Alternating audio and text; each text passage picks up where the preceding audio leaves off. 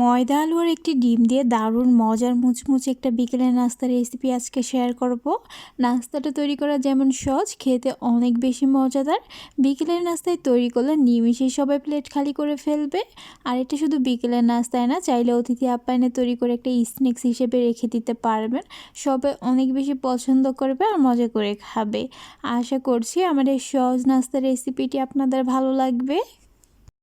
তো নাস্তাটা তৈরি করার জন্য এখানে আমি 2টা মিডিয়াম সাইজের আলু আগে থেকে ছোটো ছোটো টুকরো করে কেটে খুব ভালোভাবে সিদ্ধ করে নিয়েছি। এবার এগুলোকে একটা কাঁটা চামচের সাহায্যে ম্যাশ করে নিচ্ছি।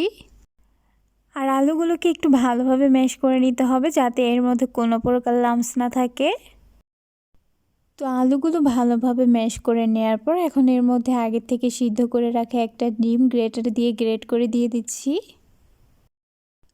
এরপর এর মধ্যে কিছু মশলা দিয়ে দিচ্ছি। প্রথমে দিচ্ছি স্বাদ মতো লবণ, 1/4 চা চামচ কালো গোলমরিচের গুঁড়া, 1 চা চামচ মরিচের গুঁড়া, 1/2 চা চামচ ধনিয়ার গুঁড়া, আর দিচ্ছি 1 চা চামচ চাট মশলা, 1/2 কাপ পেঁয়াজ কুচি, দিচ্ছি 3 থেকে 4টার মতো কাঁচামরিচ কুচি, অল্প কিছু পরিমাণ ধনিয়া পাতা কুচি। এখন দিচ্ছি 1/4 কাপ ময়দা। এবার হচ্ছে সবগুলো উপকরণ হাত দিয়ে ভালোভাবে মিশিয়ে একটা ডোয়ের মতো তৈরি করে নিব। তো সবগুলো উপকরণ একসাথে ভালোভাবে মিশিয়ে আমার একটা ডো তৈরি করে নেওয়া হয়ে গেছে। তারপর হাতটা ক্লিন করে 2 হাতের তালুতে আমি সামান্য তেল লাগিয়ে নিয়েছি। এখন এখান থেকে পরিমাণ মতো মিশ্রণ নিয়ে হাত দিয়ে এভাবে একটু গোল করে নাস্তা শেপ দিয়ে দিচ্ছি। এখানে নাস্তা শেপটা যা যা পছন্দ অনুযায়ী তৈরি করে নিতে পারবেন। আর একইভাবে আমার বাকি নাস্তা শেপগুলো তৈরি করে নেওয়া হয়ে গেছে। এবার হচ্ছে এগুলোকে একটা সাইডে রেখে দিব। তারপর এখানে একটা পাত্রের মধ্যে 1.5 কাপের মতো ময়দা নিয়ে নিচ্ছি। এরপর এর মধ্যে দিয়ে দিচ্ছি 1/2 চামচ লবণ, 1/2 চামচ চাট মশলা, 1/2 চামচ মরিচের গুঁড়া।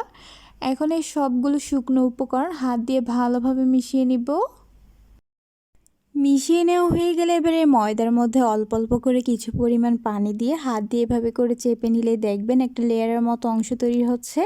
এগুলো দিয়ে আমি নাস্তাগুলো কুট করে নিব। আর এর মধ্যে কিন্তু একবারে খুব বেশি পানি দেওয়া যাবে না, অল্প অল্প করে পানি দিয়ে চেষ্টা করবেন লেয়ারগুলো তৈরি করে নেওয়ার জন্য। তা না হলে নাস্তাগুলো কুট করার জন্য পারফেক্ট লেয়ার তৈরি হবে না। তো এই তো আমি এমন করে লেয়ারগুলো তৈরি করে নিয়েছি। এবার হচ্ছে এগুলোকে একটা চালনির মধ্যে নিয়ে চেলে নিব।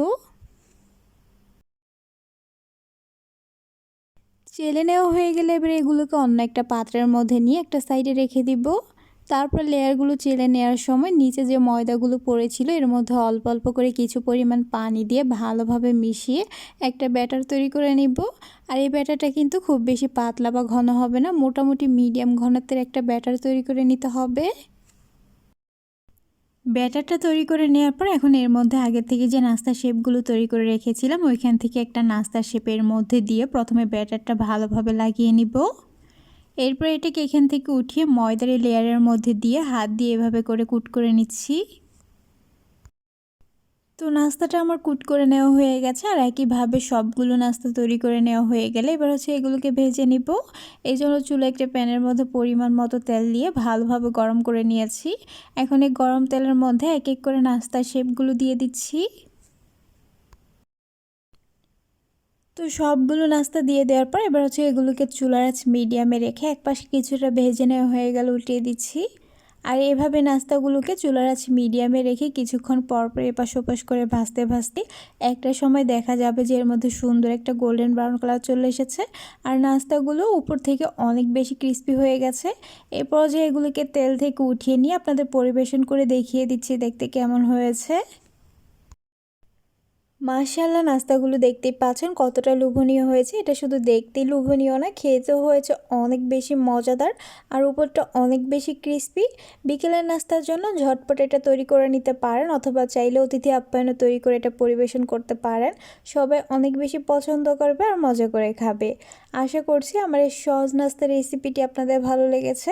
ভালো লাগলে আমার পেজটা ফলো করার অনুরোধ রইল, তার সাথে আমার চ্যানেলটা সাবস্ক্রাইব করার।